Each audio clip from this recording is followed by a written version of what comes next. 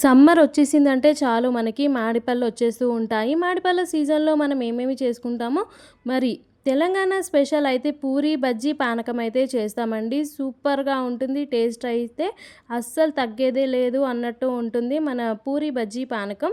ఈరోజు ఈ రెసిపీ ఎలా చేసుకోవాలో చూపిస్తాను. ఫస్ట్ టైం గనుక ఛానల్‌ని విజిట్ చేసి ఉంటే లైక్ చేసి, సబ్స్క్రైబ్ చేసి, షేర్ చేయండి. ప్రాసెస్‌లోకి వెళ్ళిపోదాము. ఇక్కడైతే పూరి ప్రాసెస్ చేస్తున్నాను. ఒక బౌల్ తీసుకొని ఇక్కడ పూరి పిండి అయితే ఒక 2 కప్స్ తీసుకున్నాను. దీంట్లో హాఫ్ కప్ ఉప్మా రవ్వ, అలాగే 1 టేబుల్ స్పూన్ సాల్ట్ అయితే యాడ్ చేస్తున్నాను. ఈ విధంగా యాడ్ చేయడం ద్వారా పూరి అనేది మంచిగా పొంగుతుంది. అలాగే ఒక టేబుల్ స్పూన్ షుగర్ కూడా యాడ్ చేస్తున్నాను. ఇవి మంచిగా యాడ్ చేసేసి మిక్స్ చేసేసుకోవాలి. ఈ విధంగా కొద్ది కొద్దిగా వాటర్ వేస్తూ పూరి పిండిని కొంచెం గట్టిగా తడిపి పెట్టుకోవాలి. ఒక హాఫ్ అన్ అవర్ ముందు మనము తడిపి పెట్టుకుంటే పిండి చక్కగా నానుతుంది.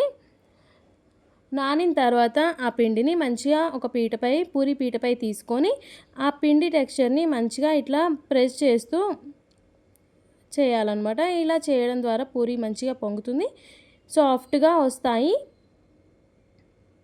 ఇలా మంచిగా చేసుకున్న తర్వాత హ్యాండ్కి కొద్దిగా ఆయిల్ అనేది అప్లై చేసేసుకొని చిన్న చిన్న బాల్స్లా మనం పూరి ముద్దలైతే మనం రెడీ చేసేసుకోవాలి.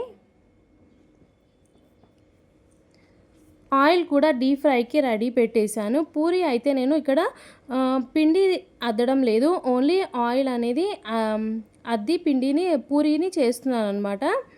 ఇలా చేస్తే మనకి ఆయిల్ కూడా ఖరాబ్ కాకుండా ఉంటుంది, పూరి కూడా మంచిగా వస్తుందన్నమాట. సైడ్స్ మనకి సన్నగా ఉండాలి, మధ్యలో లావుగా ఉంటే పూరి అనేది మంచిగా పొంగుతుందన్నమాట.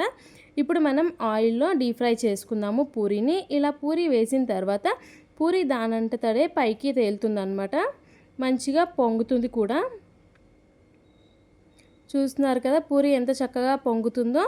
ఇలా ఉంటే పూరీలు చాలా టేస్టీగా ఉంటాయి, చూస్తుంటే కూడా మనకి తినాలనిపించేలా ఉంటుందన్నమాట. పూరి పానకంతో తింటే కూడా చాలా టేస్టీగా ఉంటుంది. ఇప్పుడు నెక్స్ట్ సైడ్ కూడా మనం తిప్పుకుందాము పూరీని. చూస్తున్నారా, మనకి పూరి అయితే రెడీ అయిపోయింది. ఒక ప్లేట్లోకి తీసేసుకుందాము. ఇలా అన్ని పూరీలు అయితే మనం రెడీ చేసేసుకోవాలి. Golden brown colour, light colour వచ్చిన తర్వాత ఒక ప్లేట్లోకి సర్వ్ చేసేసుకుంటే మనకి పూరి అనేది రెడీ అయిపోతుంది. ఇప్పుడు మనం బజ్జీ ఎలా చేసుకోవాలో చూపిస్తాను. ఇక్కడ నేను ఆనియన్ బజ్జీ అయితే చేశానన్నమాట. ఒక బౌల్ తీసుకొని ఇక్కడ 2 కప్పుల శనగపిండి తీసుకున్నాను. అలాగే హాఫ్ కప్ బియ్యం పిండి యాడ్ చేస్తున్నాను. అలాగే హాఫ్ కప్పు ఉప్మా రవ్వ. బియ్యం పిండి, ఉప్మా రవ్వ వేయడం ద్వారా మనకి బజ్జీలు అనేటివి క్రిస్పీగా వస్తాయన్నమాట. ఇవి వేసిన తర్వాత దీంట్లో మనం ఆనియన్స్, కొత్తిమీర, కరివేపాకు ఇవన్నీ కట్ చేసుకొని వేసేసుకోవాలి. ఇప్పుడు నేను దీంట్లో వేసేస్తున్నాను. ఇవన్నీ వేసిన తర్వాత దీంట్లో హాఫ్ టేబుల్ స్పూన్ ఓమా, ఇది డైజెషన్ కోసం వేస్తాము. అలాగే రుచికి సరిపడా కారం పొడి, ఉప్పు కూడా రుచికి తగ్గట్టుగా మనం యాడ్ చేసుకోవాలి. దీంట్లో కొంచెం తక్కువగా యాడ్ చేసుకుంటేనే మనకి బాగుంటుంది. అలాగే హాఫ్ టేబుల్ స్పూన్ తినే సోడా ఉంటుంది కదా, అది కూడా యాడ్ చేయాలి. తినే సోడా వేయడం ద్వారా మనకి బజ్జీ కూడా మంచిగా పొంగుతాయన్నమాట. ఈ విధంగా అన్నీ యాడ్ చేసిన తర్వాత ఈ మిశ్రమాన్ని మంచిగా మిక్స్ చేసేసుకోవాలి. ఇలా మిక్స్ చేసుకున్న తర్వాత మనం కొద్ది కొద్దిగా వాటర్ అనేది యాడ్ చేయాలి. వాటర్ అనేది ఒక్కసారిగా వేయకూడదు, కొంచెం కొంచెంగా వాటర్ అనేది యాడ్ చేసుకుంటూ పిండిని మాత్రం కొంచెం గట్టిగానే తడుపుకోవాలన్నమాట. చూస్తున్నారు కదా, ఈ విధంగా అయితే పిండిని మనం రెడీ చేసుకొని పెట్టుకోవాలి. ఆయిల్ కూడా హీట్ ఎక్కిపోతుంది. ఇప్పుడు బజ్జీ ఎలా చేసుకోవాలో చూపిస్తాను.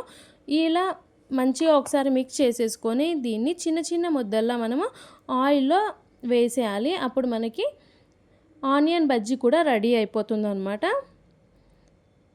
ఆయిల్ మంచిగా వేడి ఉండాలి. మీడియం ఫ్లేమ్లో పెట్టుకొని మనం బజ్జీలు అనేటివి వేయించేసుకోవాలి. ఇలా మనకి కడాయిలో ఎన్ని పడతాయో అన్ని బజ్జీలు చిన్న చిన్న సైజులో వేసేసుకోవాలి. ఇవి కూడా గోల్డెన్ బ్రౌన్ కలర్ వస్తాయి. మంచిగా వీటిని ఫ్రై చేసుకోవాలి. వన్ సైడ్ గోలిన తర్వాత నెక్స్ట్ సైడ్ కూడా మనం వీటిని తిప్పుకోవాలన్నమాట. ఈవెన్గా గోల్తాయి బజ్జీలు కూడా. చూస్తున్నారు కదా! ఈ విధంగా అయితే మనం ఆనియన్ బజ్జీ కూడా రెడీ అయిపోతుంది. సూపర్ టేస్టీగా, ఈజీగా చేసుకోవచ్చు. ఈ సమ్మర్ స్పెషల్‌లో పానకం విత్ బజ్జీ తింటే సూపర్‌గా ఉంటుందనమాట. ఇవి కూడా ఒక ప్లేట్‌లోకి తీసుకొని డిష్ అవుట్ చేసేసుకుందాము. మనకి బజ్జీ కూడా రెడీ అయిపోయింది. ఇప్పుడు పానకం ఎలా చేసుకోవాలో చూపిస్తాను. ఇక్కడ నేను దసరి పండ్లయితే తీసుకున్నానండి. దసరి అంటే తెలిసే ఉంటుంది.